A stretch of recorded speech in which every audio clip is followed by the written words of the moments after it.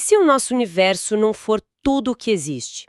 E se ele for, sei lá, só um mundo entre infinitos outros, todos espalhados por um espaço sem fim? Hoje a gente vai mergulhar num texto que faz exatamente isso. Ele desafia uma das ideias mais antigas da filosofia ocidental, aquela de que o universo é uma bolha finita com a gente bem no centro. Exato. O material que a gente tem em mãos é um diálogo filosófico bem denso, sabe? Parece quase uma briga de gigantes. De um lado a gente tem o Aristóteles, com aquela visão de um cosmo todo organizado, finito. E do outro um pensador que o texto chama de Filoteu, que vai ponto por ponto desmontando tudo isso. É como se ele pegasse um pilar do pensamento da época e fosse derrubando com uma marreta, um por um. E a nossa missão aqui é justamente acompanhar essa demolição. A gente vai tentar entender a lógica por trás de uma ideia que, para a época, era absurda, né? A de um universo infinito. Como se argumenta a favor de algo que a gente não consegue nem ver, nem medir? E mais importante, como essa única ideia força a gente a repensar tudo que parece óbvio, tipo em cima, embaixo, gravidade, até o nosso lugar nisso tudo. Ok, vamos entrar nisso então. O ponto de partida do argumento do Filóteo, ele é bem abstrato, né? Ele fala sobre um primeiro princípio, que a gente pode entender como Deus, a causa original de tudo. Isso.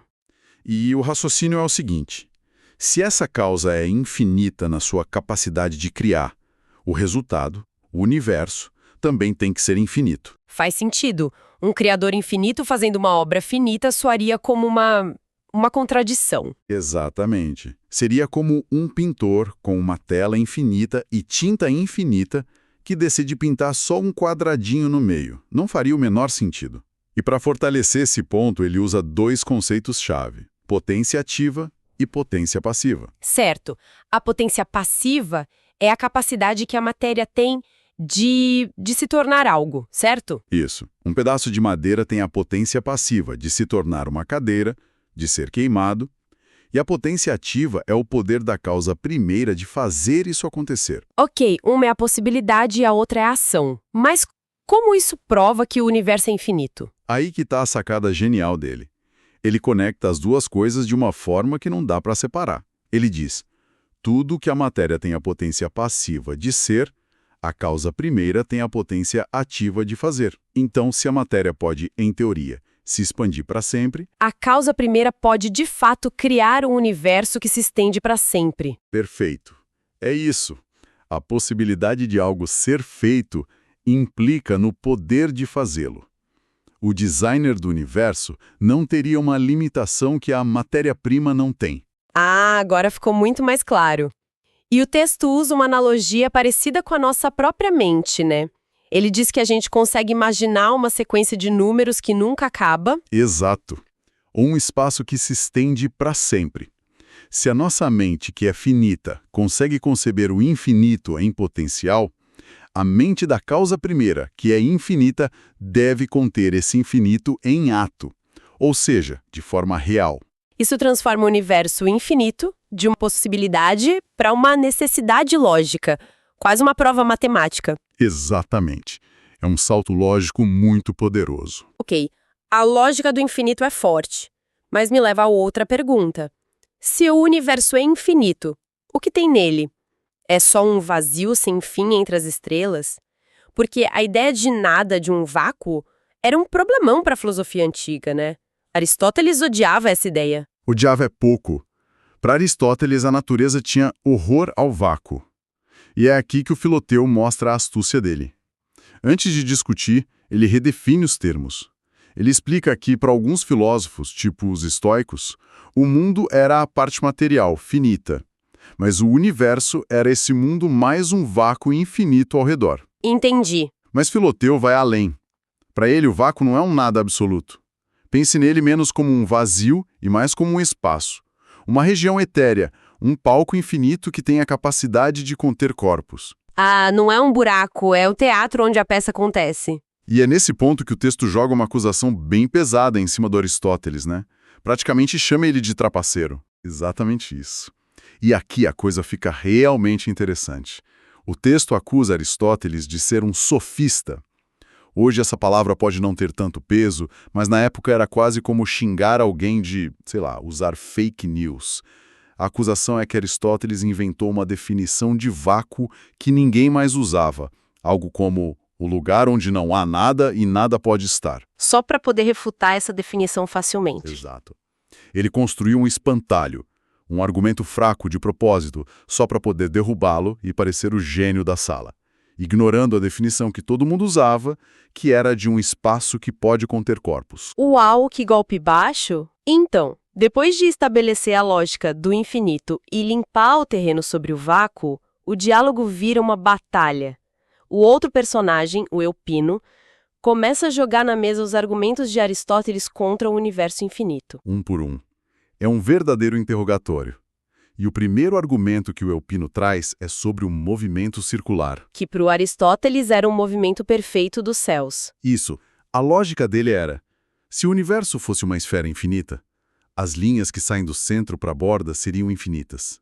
A distância entre elas também se tornaria infinita. Então, como um planeta poderia completar uma volta? Seria impossível percorrer uma distância infinita. Ok, eu consigo entender o raciocínio. Parece um paradoxo mesmo. Se a pista de corrida é infinita, você nunca completa a volta. Como o Filóteos sai dessa? A resposta dele é de uma simplicidade que chega a ser desdenhosa. Ele basicamente olha para o argumento e pergunta: mas quem foi que disse que o universo infinito se move? Ninguém. Ninguém.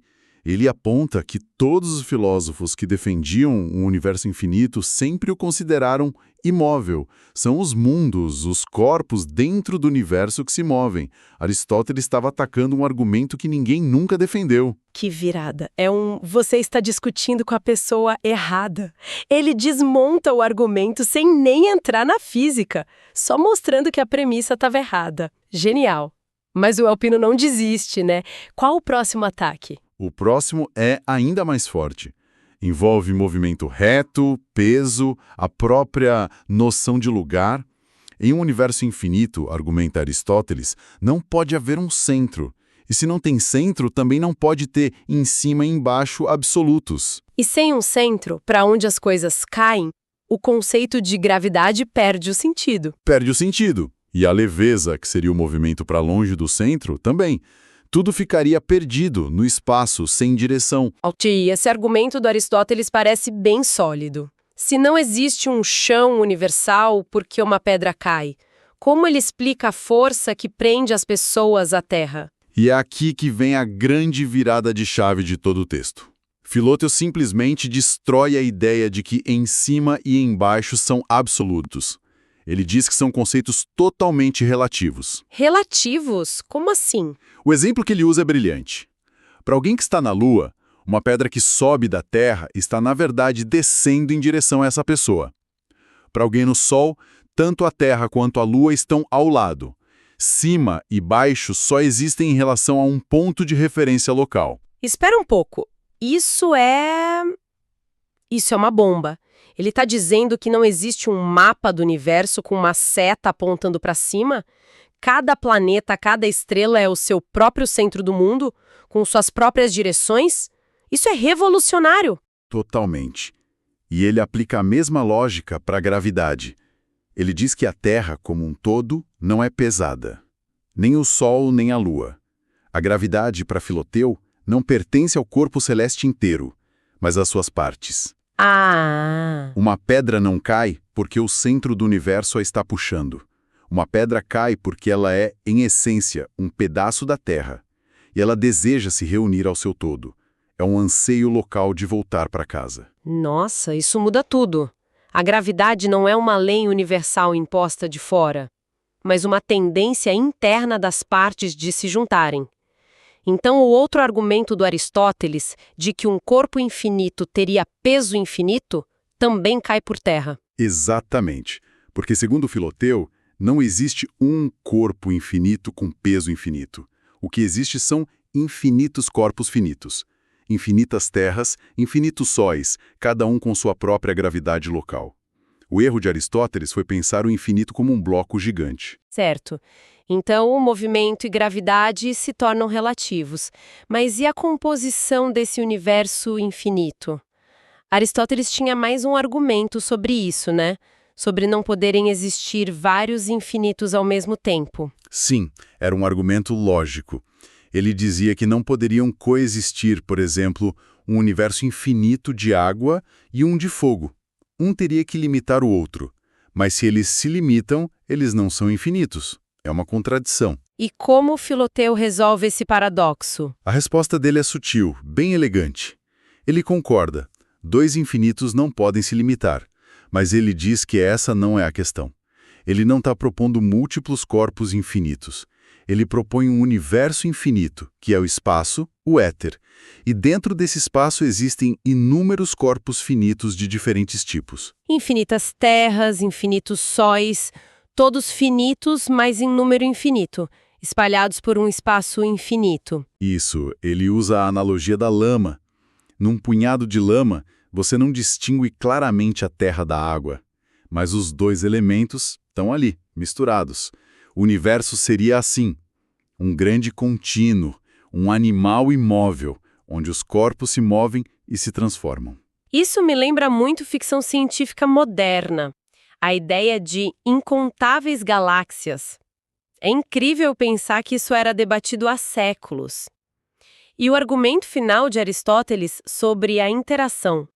A ideia de que um corpo finito não poderia afetar um infinito. Sim, o argumento era que a proporção seria quebrada.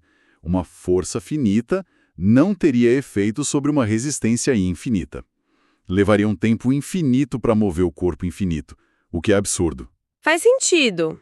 Como empurrar um muro que não tem fim. E a resposta de Filoteu é de novo trazer a questão para o mundo real. Ele diz que a interação nunca acontece entre o finito e o infinito como abstrações.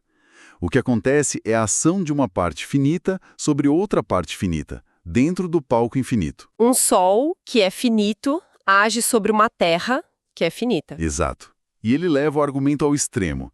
Mesmo que dois corpos infinitos pudessem se tocar, a interação aconteceria só na superfície de contato, que seria finita.